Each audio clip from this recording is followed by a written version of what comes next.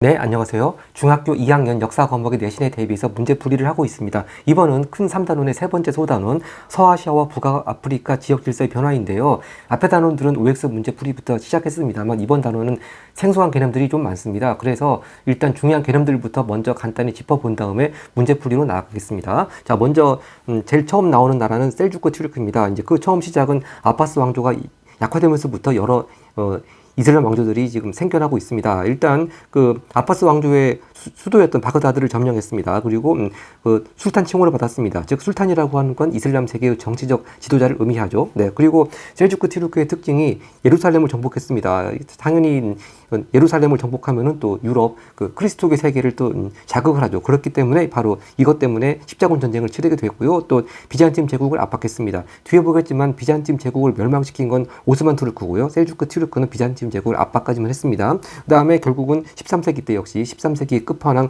몽골한테 멸망을 했습니다. 자, 그리고 혹시 여기서 아바스 왕조의 수도 바그다드를 셀주크 티르크가 점령했다고 해서 아바스 왕조가 그 셀주크 티르크한테 멸망한 건 아니죠. 앞단원에도 나왔지만 1258년 몽골에 의해 가지고 아바스 왕조 멸망했고요. 바로 아바스 왕조를 멸망시키고 바로 몽골이 세운 나라가 훌라구 울라스입니다. 그래서 어떤 교과서에 따라서는 그 훌라구 울라스도 작은 몇 줄이나마 교과서 본문에 표현되고 있는 것도 있는 것 같습니다. 그 다음에 이제 티무르 왕조가 나옵니다. 그 티무르 왕조는요 14세기 후반에 칭기즈칸의 후예를 자처한 티무르가 이렇게 몽골 제국의 재건을 내걸고 세웠는데 여기 이제 수도는 사마르칸드입니다. 그리고 중앙아시아부터 서아시아 이런 대제국 건설했고요. 근데 결국은 티무르가 죽은 다음에 금방 얼마 안 돼서 16세기 초에 이민족한테 멸망했다고 그러는데 정확히 말하자면은 우즈베키한테 멸망했습니다. 바로 이 티무르 제국의 수도 사마르칸드가 지금 우즈베키스탄 안에 있는 거고요. 자, 일단 지도를 통해서 셀주크 티르크와 티무르 제국의 영역 같이 보겠습니다. 지금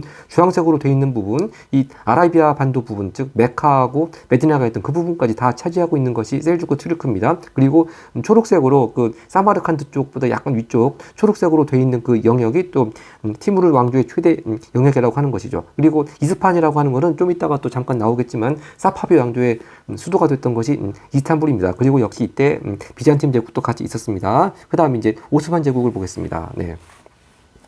오스만 제국은 13세기 후반에 이제 이렇게 등장했습니다. 1299년이고요. 특히 발칸 반도를 지배했고요. 셀주크 티르크와 마찬가지로 술탄의 칭호를 사용했습니다. 네, 일단 오스만 제국에서는 두 명의 왕을 알아두는 게 일단 제일 중요합니다. 메흐메트 2세하고 술레이만 1세 각각 업적과 특징 잘 구별을 해야 되고요. 일단 메흐메트 2세 비잔팀 제국을 멸망시켰습니다. 아까 셀주크 티르크는 압박까지만 했는데 비잔팀 제국을 1453년에 메흐메트 2세 때 오스만 투르크가 멸망을 시켜서 비잔팀 제국의 수도였던 콘스탄티노플을 이름을 이스탄불로 바꿨습니다. 자, 그리고 이 술레이만 1세까지 가기 전에 사이에 또 시리아하고 이집트를 정복을 했습니다. 그러니까 완전히 아시아, 유럽, 아프리카 세 대륙에 걸쳐가지고 대제국을 건설한 거죠. 그리고 아까 전에 술탄 칭호까지 받았는데 이제는 칼리프 권위까지 넘겨받았습니다. 그러니까 정치 지도자, 종교 지도자 다 겸하게 되죠. 그런 술탄 칼리프 제도가 성립됐다고 하는 겁니다. 이게 메흐메트 2세하고 술레이만 1세 사이입니다. 이게 그 시리아, 이집트 정복, 술탄 칼리프 제도 이거 메흐메트 2세 업적도 아니고 술레이만 1세 업적도 아닙니다. 자, 혹시 이제 시기를 좀 감을 잡기 위해서 여기 메흐메트 2세 때 그 콘스탄티노플 점령해서 비잔티움 멸망시킨 게 1453년 그렇게 봤고요. 이 술레이만 1세 전성기 때 제위한 기간이 1520년부터 1566년입니다. 대충 16세기 전반부라고 감을 잡을 수 있겠죠. 이 술레이만 1세의 업적은 일단 헝가리 정복했고 오스트리아 수도 빈까지 공격을 했습니다. 그리고 유럽연합 함대를 격파를 해서 지중해 해상권을 장악을 했습니다. 네, 그래서 역시 이 지도를 보면은 이렇게 비잔팀 제국 멸망에다가 그 다음에 빈 포위 공격 이거 나오면 이제 역시 오스만 제국의 여러 가지 최대 전성기라든지 그런 영역을 표현을 하고 있고요. 여기서 특히 레판토 해전이 있는데 이게 술레이만 1세 때 유럽 연합 함대를 격파한 그 해전인 레판토 해전이 아닙니다. 네, 아까 전에 술레이만 1세 제위가 1566년인데 이건 벌써 그 뒤지 않습니까? 이 레판토 해전은 유럽 연합 함대한테 패배한 전투입니다. 네, 그걸 잘 구별해야 될 것 같고요. 하여튼 이렇게 넓은 영토를 다스리다 보면은 이슬람교를 믿지 않는 사람들도 이민족들을 어떻게 다스릴 것인가 그게 중요하죠. 그러니까 관용 정책을 피느냐, 관용 정책이 아니냐, 결국 그게 상당히 핵심입니다. 근데 이 오스만 제국의 경우에는 관용 정책을 폈다고 하는 거죠. 그 관용 정책의 대표적인 키워드가 바로 여기 밀레트입니다. 밀레트. 그래서 비이슬람교도가 인두세를 내면은 신앙 인정하고 자치 공동체 허용했던 얘기입니다. 그리고 또 예니체리라고 하는 키워드가 있는데 이 예니체리는 원래 그리스도교를 믿던 청년들을 이렇게 개종을 시켜가지고 술탄의 친위 부대를 양성한 것이 예니체리입니다. 네, 그래서 오스만 제국하면 예니체리 밀레트 또 중요한 키워드로 일단 체크를 하고 또 윗페이지 올라가겠습니다. 네, 오스만 제국의 문화 중에서는 커피를 마시는 카웨가 곳곳에 있었다고 하는 거, 그림과 함께 문제 나올 수가 있고요.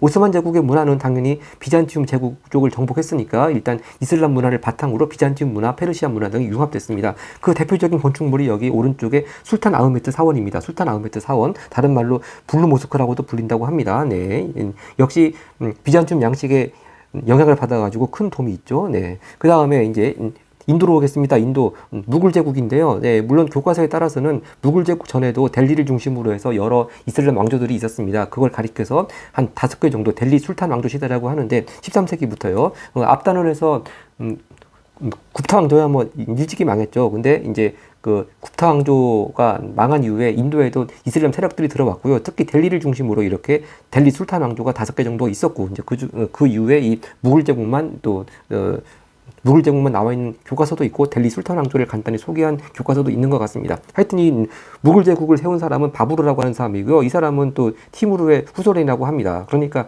티무르는 또 몽골 칭기즈칸의 후예라고 그러고 또 바부르는 티무르의 후손이라고 그러고 네, 그렇게 연결되죠. 이 무굴이라는 이름 자체가 아마 인도 말로 몽골을 가리키는 말이라고 합니다. 자, 일단 무굴 제국에서도 역시 2명의 황제의 업적이 중요합니다. 일단 첫 번째가 아크마르 황제인데요. 아크마르 황제는 북인도 전체를 차지했습니다. 여기 딱 지도에서 초록색으로 되어 있는 부분이 아크마르 황제 때 영역이고요. 그리고 역시 마찬가지로 이 이슬람 교도가 아닌 사람들을 어떻게 취급할 것이냐, 관용이냐 아니냐. 근데 아크마르 황제는 관용 정책을 폈습니다. 그러니까 힌두교도들한테 어떻게 했다. 금방 논리적으로 연결되겠고요. 반대로 이제 아우랑제부 황제 때는 영토는 가장 넓어졌습니다. 이렇게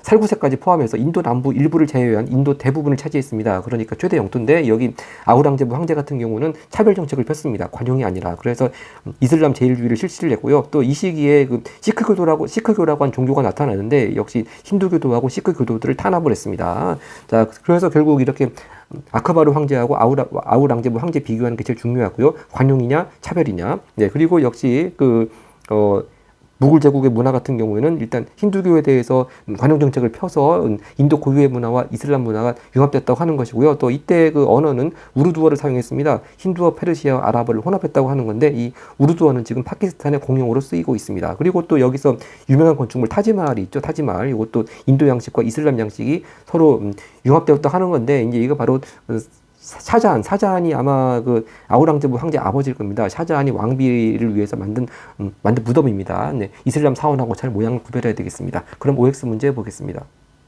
OX 문제 보기 앞서서 이 무굴 제국 지도 보면은 이 맨 왼쪽 상단에 사파비 왕조라고 있는데요. 이 사파비 왕조라고 하는 게 이 이스파한이라고 하는 도시를 수도로 했고 지금 이란 페르시아 쪽인데요. 여기 특징은 시아파가 좀 소수파였죠. 시아파가 만든 나라고 수도가 이스파한입니다. 근데 이제 나중에 이란 쪽, 페르시아 쪽 역사할 때 또 그때도 또 다음 단원에서 나오는 것 같기도 하니까 잠깐 소개를 하고 넘어가겠습니다. 하여튼 사파비 왕조도 어떤 교과서에는 또 몇 줄이나 아마 실린 것이 있고 또 실리지 않은 것도 있는 것 같습니다. 네, OX 문제 가겠습니다. 네, OX 1번입니다. 셀주크 튀르크는 예루살렘을 정복하고 비잔티움 제국을 압박하여 유럽과 십자군 전쟁 치렀다. 맞습니다. 비잔티움 제국을 압박까지만 했고 멸망은 오스만 튀르크가 시켰죠. 2번 티무르 왕조의 수도 사마르칸드는 동서교역내 위치하에 번영을 누렸다. 네, 역도 맞습니다. 하여튼 서아시아 이쪽에 나온 도시들은 다 나라들은 웬만하면 다 동서교역내 위치해서 서로 교역자라고 번영을 누렸다. 그건 거의 공통적인 것 같습니다. 3번 문제. 오스만 제국은 아시아, 아프리카, 유럽의 세 대륙에 걸친 광대한 영토를 차지하였다. 이것도 맞죠. 네, 지도 보면은 금방 딱 떠오를 수가 있습니다. 그리고 4번입니다. 오스만 제국의 술레이만 1세. 네, 오스만 제국은 항상 술레이만 1세 그리고 그 앞에 메흐메트 2세 이 두 명의 업적 잘 구별해야 된다고 했는데요. 하여튼 술레이만 1세 때 전성기였죠. 이때 비잔티움 제국을 정복한 것이 아니고 비잔티움 제국을 정복한 사람은 술레이만이 아니고 메흐메트 2세죠. 네, 메흐메트 2세. 가장 이 두 명의 왕이 가장 구별되는 지점입니다. 네. 비잔티움 제국 정복한 사람 메흐메트 2세고요. 5번입니다. 오스만 제국의 문화는 인도 문화를 바탕으로 비잔티움 문화 아니죠. 인도 쪽이 인도 쪽 문화가 아니고 이슬람 문화를 바탕으로 한 거죠, 당연히. 네.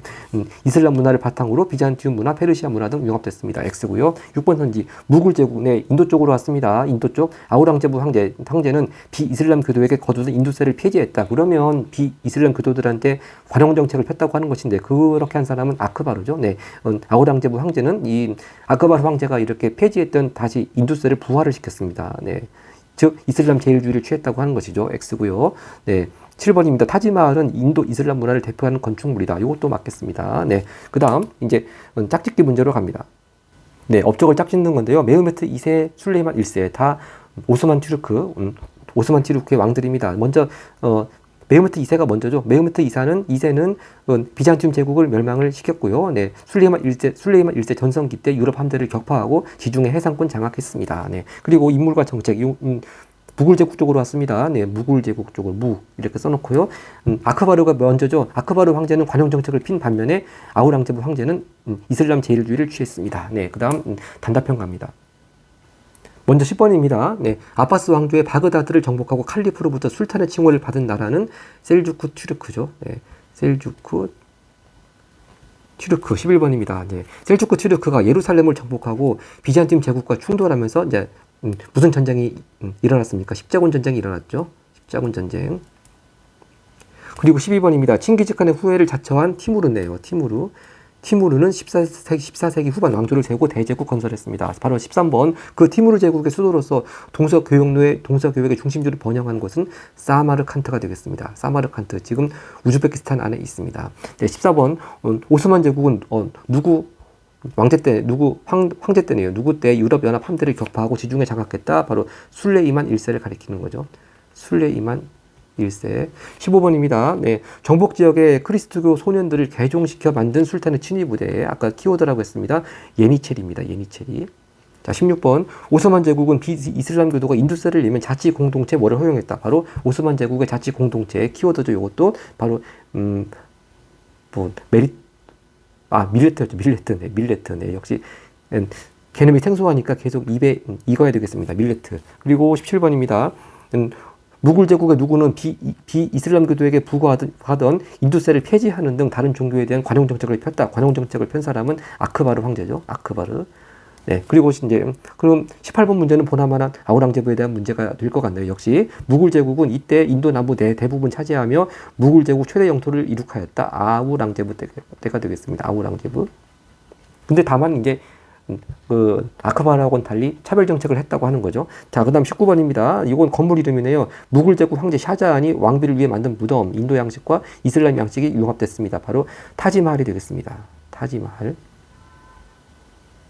그 다음 20번입니다. 네, 이 언어는 무굴 제국 때 널리 사용된 언어입니다. 힌두, 페르시아어가 혼합되어 만들어진 언어, 우르두어라고 그랬습니다. 우르두어. 지금의 파키스탄 공용어라고 했습니다. 네, 이제 객관식 문제 보겠습니다.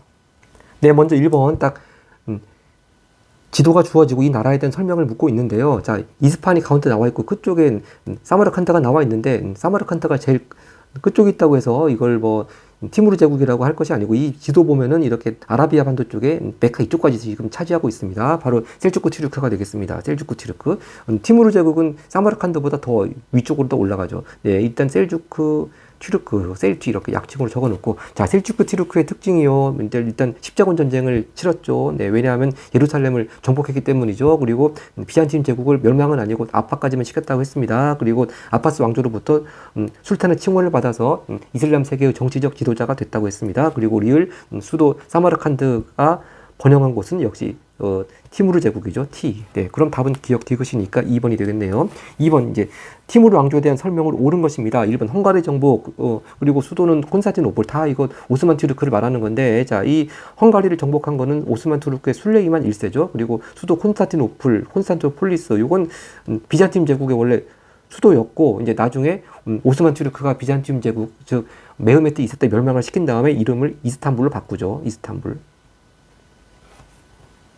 자, 그 다음에, 그렇죠. 하여튼, 이스탄불로 바꾼 황제는, 자, 계속 되풀이해야 되겠습니다. 메흐메트 2세입니다. 메이라고 적겠습니다. 그 다음에, 몽골 제국의 제거하는 목표를 세워졌다. 이것이 답이 맞겠네요. 4번, 예루살렘을 정복하고 비잔티움 제국 압박했다. 이건 아까 전에 봤던 셀주크 튀르크고요. 5번, 술탄이 아바스 왕조로부터 칼리프 권위를 넘겨받아서 이제 술탄 칼리포 시대가 되었다고 하는 것인데, 요거는 오스만 투르크인데 메흐메트 2세도 아니고 술레이만 1세도 아니고 그 사이입니다. 네, 그러니까 메흐메트 2세와 술레이만 1세 사이입니다. 그러니까 이 두 황제가 업적고 그 사이 시기에 있었던 일들하고 잘 구별을 해야 되겠습니다. 네, 3번 갑니다. 3번 다음 자료와 관련된 왕에 대한 설명입니다. 비잔티움 제국의 수도 콘스탄티노폴리스를 결국 멸망을 시켰으니까 이름 바꿨겠죠. 바로 이스탄불로 바꿨습니다. 답은 그대로 3번에 있네요. 그리고 이 왕은 누구겠습니까? 바로 메흐메트 2세죠. 메이 이렇게 적겠습니다. 네, 일단 다른 오답서치도 같이 보겠습니다. 1번 술탄 칼리프 제도 확립했다. 되풀이 얘기하지만 이 술탄 칼리프 제도 확립한 왕은 메흐메트 2세도 아니고 술레이만 1세도 아닙니다. 그러니까 뭐라고 할까요? 메흐메트 2세 그리고 술레이만 1세 그 사이. 네, 그 시기입니다. 네. 그 다음, 2번, 오스트리아 수도 빈을 공격한 사람은 술레이만 1세죠. 그리고 3번, 유럽 세계와 십자군 전쟁을 치른 나라는 셀주크 튀르크고요. 그리고 유럽 함대를 격파하고 지중해 무역을 장악한 왕은 역시 술레이만 1세가 되겠습니다. 네, 4번 갑니다. 네, 역시 4번도 지도가 주어지고 이 국가에 대한 설명으로 옳지 않은 것은 있는데요. 뭐 빈포위 공격이 나와 있고, 비잔티움 제국 공격, 또 연대가 1453년 나오고 바로 멸망시킨 연대입니다. 결국 오스만 투르크에 대한 얘기가 되겠습니다. 오스만 튀르크. 네. 자, 그럼 찾아보겠습니다. 옳지 않은 것은 1번 비잔티움 제국 멸망시켰다 맞고요. 2번 지중해 해상권 장악 맞죠. 그리고 3번 근데 여기서 유의할 점은 이 레판토 해전을 통해서 여기서 이겨서 지중해 해상권을 장악한 것이 아니고 레판토 해전에서는 오스만 투르크가 패배했다고 그랬습니다. 이걸 구별해야 될 것 같고요. 3번 선지 술탄 칼리프 제도 확립. 자, 술탄 칼리프 제도는요. 아까 전에도 되풀이 얘기하지만 메흐메트 2세하고 술레이만 1세 사이입니다. 하여튼 오스만 투르크에 대한 건 맞죠. 4번 비이슬람 교도에 대한 차별 정책 실시했다. 차별 정책 얘기는 그 인도 무굴 제국은 아크바르는 관용, 아우랑제브는 차별 그렇게 나오는데 일단 오스만 제국에 대해서는 차별 정책을 실시한 왕 교과서는 나오지 않습니다. 그럼 답은 4번이 되겠네요. 일단 오스만 제국에 대해서는 관용 정책을 폈다. 딱 그렇게만 대표적으로 나와 있습니다. 네. 자, 5번 선지. 이슬람, 비잔티움, 페르시아 문화가 융합되었다. 당연히 맞죠. 이 지리적으로 보면 그대로 맞는 말이 되겠습니다. 네, 5번 갑니다. 5번 술레이만 1세에 대한 설명입니다. 술레이만 1세는 오스만 튀르크죠. 전성기 때입니다. 유럽과 십자군 전쟁을 치른 때는 바로 이건 메흐메트 2세 때고요. 그 다음에 유럽 연합 함대를 격파했다. 이것이 맞네요. 네. 자, 근데 다만 유의할 점은 레판토 해전은 술레이만 1세 제2위고요. 네. 특히 레판토 해전은 패전한 전투라고 했습니다. 3번 술탄 칼리프 제도 확립. 이것도 역시 메흐메트 2세하고 술레이만 1세 사이입니다. 사이. 네. 그리고 4번 시리아와 이집트 정복도 마찬가지입니다. 메흐메트 2세와 술레이만 1세 사이입니다. 둘 왕 어느 왕도 해당되지 않습니다. 5번 콘스탄티노폴리스를 수도로 삼은 왕은 역시 비잔티움 제국을 멸망시킨 메흐메트 2세죠. 네. 그다음 6번 갑니다. 아, 그렇죠. 이거 제가 잘못 쓴 게 있네요. 유럽과 십자군 전쟁을 치른 왕은 메흐메트 2세도 아니고 이건 셀주크 튀르크죠. 네. 자꾸 이렇게 깜빡하는 경우가 많습니다. 네. 그만큼 계속 반복을 해야지만 완벽하게 이길 수 있는 것 같습니다. 6번 갑니다. 네, 6번 밑줄치 군사 조직입니다. 이 군사 조직은 정복 지역의 크리스토교 소년들을 이슬람교로 개종시킨 뒤 엄격한 훈련을 통해 만들었다. 바로 오스만 튀르크의 예니체리를 말하는 거죠. 예니체리. 자, 예니체리는 기역 술탄 친위 부대 맞고요. 니은 십자군 전쟁에 참여했다. 크리스토교 소년을 개종했다고 하니까 마치 십자군과 연관되어 있을 것 같지만 이 십자군 전쟁은 셀주크 튀르크 때 치른 전쟁이죠. 네. 오스만 때가 아니고요. 네, 그리고 디귿 이 예니체리는 오스만 제국에서 양성되었다. 이거 맞겠습니다. 리을 당연히 이 예니체리를 통해 가지고 군사력이 강화되고 그러니까 영토 확장에 크게 기여를 했겠죠. 그럼 기역 디귿 리을 세 개가 다 맞겠습니다. 답은 4번입니다. 다음 페이지 갑니다. 네, 7번입니다. 다음 건축물에 대한 설명인데요. 이게 성 소피아 대성당 같아 약간 비슷해 보이긴 합니다. 이 딱 첨탑이 있고 돔이 있으니까. 근데 잘 구별을 해야 되겠습니다. 성 소피아 대성당이 아니고요. 네, 술탄 아흐메트입니다. 마가 아니고 술탄 아흐메트 사원이죠. 네, 그리고 다른 말로 블루 모스크라고도 불린다고 했습니다. 네, 블루 모스크. 자, 그러면 일단 술탄 아흐메트 사원 지금의 이스탄불에 있습니다. 일단 왕비를 기리기 위해 만든 무덤. 이거는 인도의 무굴 제국 때 타지마을 말하는 것이고요. 타지마을. 자, 이은 자 바로 비잔티움 양식의 영향을 받아 만들어졌기 때문에 가운데 이렇게 큰 돔이 있죠. 이은 맞습니다. 그리고 이게 바로 비잔티움 제국의 수도에 세워진 거 아니겠습니까? 그리고 디귿. 네, 중앙에 커다란 돔까지는 맞는데요. 이건 돔은 힌두교 양식의 영향을 받은 것이 아니고 이렇게 비잔티움 비잔티움 양식에 영향을 받았기 때문에 중앙에 커다란 돔을 이렇게 세운 것이고, 또 첨탑은 또 이슬람 양식이고요. 그다음 리을입니다. 내부를 푸른색 타일로 장식하여 블루 모스크로 불린다. 이것도 맞겠네요. 그러면 니은하고 리을입니다. 니은, 리을. 답은 4번이 되겠습니다. 네. 그리고 8번입니다. 네. 오스만 제국의 사회에 대한 설명으로 옳지 않은 것입니다. 공식 문서에는 튀르크 사용 맞고요. 일상생활에서 각 민족의 언어 유지. 역시 일단 기본적인 컨셉은 관용 정책입니다. 비이슬람교도 이민족에 대해서 관용 정책을 폈습니다. 그리고 3번입니다. 또 인두세를 내면 이슬람교 외유 종교도 인정되었습니다. 4번 같은 종교 구성원으로 이루어진 밀레트, 즉 자치 조직 같은 거죠. 밀레트 키워드고요. 5번 영토를 효율적으로 다스리기 위해서 이슬람 제일주의 취한 것이 아니고 관용 정책을 폈다고 했습니다. 관용 정책. 네. 하여튼 계속 핵심이 이렇게 큰 영토를 다스리기 위해서 관용 정책을 폈는지 차별해서 이슬람 제일주의를 폈는지 항상 그 대립되는 컨셉이 또 중요한 핵심인 것 같습니다. 9번 갑니다. 네, 이렇게 8번의 답 5번이라고 찍고요. 네, 9번 가겠습니다. 네, 아크바르 황제 바로 무굴 제국이죠. 무굴 제국. 아크바르 아니면 아우랑제부인데 일단 아크바르는 관용 정책이죠. 자, 힌두교 시크교 사원 파괴했다. 딱 관용에 딱 반대죠, 반대. 그리고 델리를 중심으로 무굴 제국을 세운 사람은 바부르입니다. 바부르. 그리고 비이슬람교도에 대한 인두세 폐지했다. 즉 관용하고 컨셉이 맞죠. 지금 맞고요. 또 역시 이슬람교 위의 종교의 신앙의 자유를 허용했다. 이것도 다 역시 관용이라는 컨셉이 맞겠습니다. 디귿하고 리을이네요. 디귿하고 리을.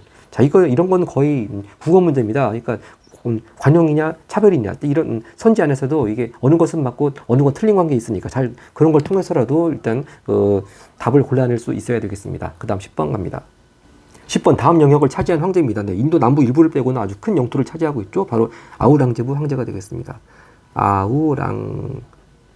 근데 아우랑제부는 관용이 아니고 이슬람 제일 정책을 폈죠. 네, 그런 얘기가 나와 있는 게 답은 4번이네요. 4번. 원래 아크바르 때는 비이슬람 교도에 대해서 인두세 폐지했는데 이 아우랑제부 때 이슬람 제일주의를 취하면서 비이슬람 교도에 대해서 인두세 부활시켰습니다. 네, 힌두교 사원 세웠다. 네, 아우랑제부 황제 이때는 무굴 제국은 이슬람 제국입니다. 네, 이 타지말 건립한 사람은 아우랑제부 황제 아버지 샤자한이 세웠습니다. 네, 3번 힌두교도와 시크교도를 우대한 것이 아니고 차별을 했죠. 네, 이건 우대한 황제는 아크바르 황제고요. 5번 이슬람교 이후 종교의 신앙의 자유 허용했다. 이것도 결국 관용 정책을 폈다고 하는 건데, 네, 이슬람 제일주의하고 어긋나죠. 네, 이것도 결국 국어 문제로 해결할 수 있습니다. 그 다음 11번입니다. 10번이 아우랑제부가 나왔는데 딱 11번은 역시 아크바르 황제하고 아우랑제부 황제 비교하는 문제입니다. 옳지 않은 것은입니다. 1번 이 영토가 일단 아크바르는 북인도 전체, 아우랑제부는 최대 영토 이거 맞고요.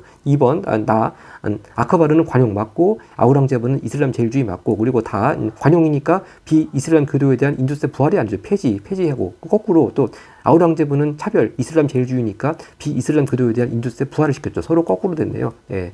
그러면 옳지 않은 것은 답은 다가 있는 3번이 되겠습니다. 네, 계속 보자면은 역시 아크바르는 관용이니까 신앙의 자유 허용, 아우랑제부는 또 차별이니까 힌두교, 시크교도 탄압을 했고요. 또 아크바르는 역시 관용이니까 힌두 이슬람과 화합을 추진했고, 반면에 아우랑제부는 역시 이렇게 억누르고 차별하니까 비이슬람교도의 반란이 발생해서 쇠퇴했다고 하는 거죠. 네, 12번 가겠습니다.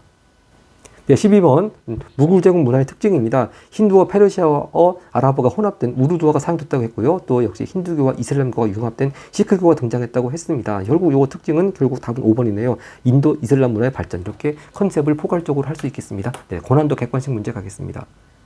네, 13번 다음과 같은 모습이 나타나는 나라의 문화인데요. 잘 보니까 이 커피 마시는 겁니다. 커피를 마시는 장소인 카웨가 생겨났다. 자, 이런 문화가 이제 유럽에 전해졌다고 하는 것이고요. 이 커피 마시는 곳 카웨 얘기 나오면 이건 오스만 튀르크 얘기하는 거죠. 오스만 튀르크. 네, 일단 이것만 찾았으면은 답은 찾기 쉽겠습니다. 네, 기억 대표적인 건축물 타지마할은 무굴 제국 때 만들어진 것이고, 니은 페르시아의 영향을 받아 세미로가 그려졌다. 아까 전에 우리 봤던 술탄 아흐메트 사원, 즉 블루 모스크에 이렇게 페르시아의 영향을 받아가지고 세미로가 그려져 있습니다. 디귿 공식 문서에 여러 민족의 언어가 사용되었다. 네, 오스만 튀르크가 관용 정책을 폈다고 그래가지고 여러 민족들이 자기 언어 사용하는 거 허용하긴 했죠. 근데 여기서 핵심은 함정에 빠지면 안 될 게 공식 문서입니다. 그러니까 공식적으로는 페르시아어가 공식 언어로 사용되었습니다. 페르시아어. 네. 아니죠. 이게 페르시아어가 아니고 역시 오스만 튀르크니까 튀르크어가 공식 언어로 사용됐고, 근데 그렇다고 해서 다른 민족들 자기 나라 말 사용 못하게 한 건 아닙니다. 네, 여기 바로 이 공식 문서가 함정이 되겠습니다. 튀르키어가 일단 공식 공용어가 됐고요. 리을, 천문학, 수학, 지리학 등 실용적인 학문이 발달했다. 이건 뭐 당연히 맞는 말이겠습니다. 그럼 니은하고 리을이 있는 4번이 답이겠네요. 그 다음 14번 가겠습니다. 네, 다음을 통해 알 수 있는 아크바르 황제의 정책. 자, 지금까지 나와 신앙이 다른 사람들 박해하여 나와 같게 만들려고 했는데 이제 그거 잘못되었다고 반성한다, 그런 얘기입니다. 강제로 개종시킨 사람에게서 어떻게 성실한 신앙생활을 기대할 수 있을까? 결국 그렇게 강제로 개종하려고 하는 거 반성하고 관용 정책을 피하겠다, 그런 얘기죠. 관용 정책, 아크바르 황제입니다. 그러면 일단 관용에 해당되는 거 두 개를 골라보면 기억, 인두세를 내면 밀레트를 허용했다. 자, 일단 요것도 밀레트라고 하는 게 자치 조직 같은 건데, 일단 관용하니까 이것도 맞지 않는 걸 생각할 수 있습니다만, 밀레트 얘기 나오면 이건 오스만 튀르크의 정책이죠. 그리고 니은, 비이슬람 교도에 대한 인두세 폐지했다. 이건 맞습니다. 네. 디귿, 이슬람교 이외의 종교의 신앙의 자유를 허용하였다. 이것도 맞죠. 그래서 시크 교도들도 차별하지 않았습니다. 디귿 맞고. 리을, 크리스트교도 소년들을 이슬람교를 개종시켜 친위부대 삼았다. 이게 바로 예니체리지 않습니까? 예니체리도 역시 오스만 튀르크 때의 또 키워드가 되겠습니다. 그러면 니은하고 디귿이니까 답은 3번이 되겠네요. 네, 근데 여기서 또 유의할 점이 하나가 있는 게, 이 오스만 튀르크가 관용 정책을 폈다고 그래가지고 이렇게 아크바르처럼 뭐 비이슬람 교도에 대해서 인두세 폐지 그런 게 아닙니다. 네, 여기도 기업에도 있지만 오스만 튀르크에 대해서는 뭐 인두세 폐지 그런 얘기가 안 나옵니다. 그리고 오스만 튀르크가 폈던 관용 정책의 내용은 구체적으로 보자면 일단 인두세를 내면입니다. 네, 인두세를 내면, 폐지한 게 아닙니다. 인두세를 내면 자치 조직 같은 밀레트를 허용했다고 했습니다. 바로 그런 차이가 있는 거죠. 네, 인두세 폐지 그런 얘기는 일단 요 단원에서는 아크바르, 무굴 제국의 아크바르 때만 나오는 얘기가 되겠습니다. 네, 서술형 문제 갑니다. 네, 서술형 15번인데요. 역시 이 지도가 나오면은 딱 보면은 셀주크 튀르크하고 비슷한 것 같지만 딱 1683년경이고요. 1683년경이라고 되어 있고, 특히 비잔팀 제국 공격이 나와 있고 빈포위 공격 이렇게 나와 있습니다. 근데 또 레판트 회전은 물론 패전한 거긴 하지만 또 레판트 회전 나와 있고, 바로 이게 오스만 튀르크죠. 네, 오스만 튀르크. 하여튼 오스만 튀르크의 정책 하면 역시 관용 정책이니까 좀 관용 정책을 잘 풀어서 쓰면 되겠습니다. 네, 이렇게 오스만 튀르크의 정책하면 한마디로 일단 큰 컨셉은 관용 정책이고요. 그 구체적인 내용은 첫 번째 밀레트 제도를 써주면 되겠습니다. 그래서 비이슬람 교도도 인두세를 내면 됩니다. 네, 무굴 제국의 아크바르처럼 인두세 폐지 그런 것이 아니고요. 일단 인두세를 내면입니다. 내면 비이슬람 교도 신앙 인정해주고 또 자치 공동체를 허용했습니다. 그것이 밀레트 제도고요. 그 다음에 공식 문서는 아까도 나왔지만 튀르크어를 사용했지만, 그렇지만 일상에서는 각 민족의 언어를 사용하는 것을 허용을 했습니다. 바로 그런 관용 정책의 구체적인 내용을 써주면 되겠습니다. 네, 16번 갑니다. 네, 16번입니다. 무굴 제국 얘기하고 있습니다. 이 황제는 북인도 전체와 아프가니스탄에 이르는 대제국 건설했다. 네, 역시 북인도까지만 나오면은 이건 아크바르죠. 가가 아크바르고요. 그다음에 이후 누구 황제 때 이르러서는 인도 남부 대부분 차지하면서 영토 최대 넓힌 것, 이건 아우랑제부가 되겠습니다. 아우랑제부. 이렇게 각각 가나 찾아 썼고요. 이제 작은 2번 보면은 가나 황제가 실시한 종교 정책 각각 서술하시오 했는데 이건 계속 되풀이되고 있고, 아까 전에 이 11번 문제에서 바로 이 표 그대로입니다. 그러니까 이 11번의 표를 참조해서 잘 답을 쓰면 되겠습니다. 네, 이쪽에 11번 표 참조. 자꾸 되풀이되기 때문에 뭐 더 이상 쓰지 않고요. 네, 마지막 17번을 보겠습니다. 셀주크 튀르크와 오스만 제국이 각각, 셀주크하고 오스만입니다.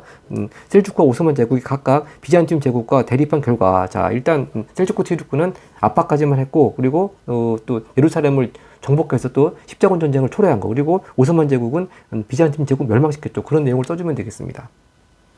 네, 이렇게 각각 비잔팀 제국과 관련돼서 셀주크 튀르크는 예루살렘을 장악하고 비잔팀 제국을 위협을 했고, 또 그래서 그 결과 유럽과 십자군 전쟁을 치러했습니다. 또 오스만 제국은 비잔팀 제국을 멸망시켰고요. 그 비잔팀 제국의 수도였던 콘스탄티노폴리스를 수도를 삼고 이스탄불로 이름 바꿨다고 했습니다. 네, 이렇게 해서 모두 풀어봤고, 다시 한번 그래도 마무리하는 기회에 더 개념을 간단히 정리하고 마치겠습니다. 네, 계속 생소한 개념이기 때문에 계속 반복을 해야 됩니다. 일단 여기서 중요한 키워드, 셀주크 튀르크가 먼저 나왔고요. 그 다음에 오스만 제국이 나왔습니다. 특히 여기 오스만 제국 때 중요한 두 명의 왕, 메흐메트 2세하고 그 다음에 술레이만 1세 잘 구별을 해야 되겠습니다. 그리고 또 오스만 제국의 사회제도 관련돼 가지고 예니체리, 그 다음에 밀레트, 이런 키워드 잘 봐야 되겠고요. 그 다음에 또 중요한 건축물로 술탄 아흐메트 사원, 이거 성소뼈 대성당하고 모양 잘 구별해야 되겠습니다. 그리고 인도로 와서 넘어가서 무굴 제국입니다. 무굴 제국을 세운 사람은 바부르고요. 역시 두 명의 황제 아크바르하고 아우랑제브 황제. 어떤 사람은 관용, 어떤 사람은 차별 또는 이슬람 제일주의. 이걸 잘 구별을 해야 되겠습니다. 그리고 무굴 제국의 중요한 건축물 타지말 이것도 잘 모양을 익혀야 되겠습니다. 네, 고맙습니다.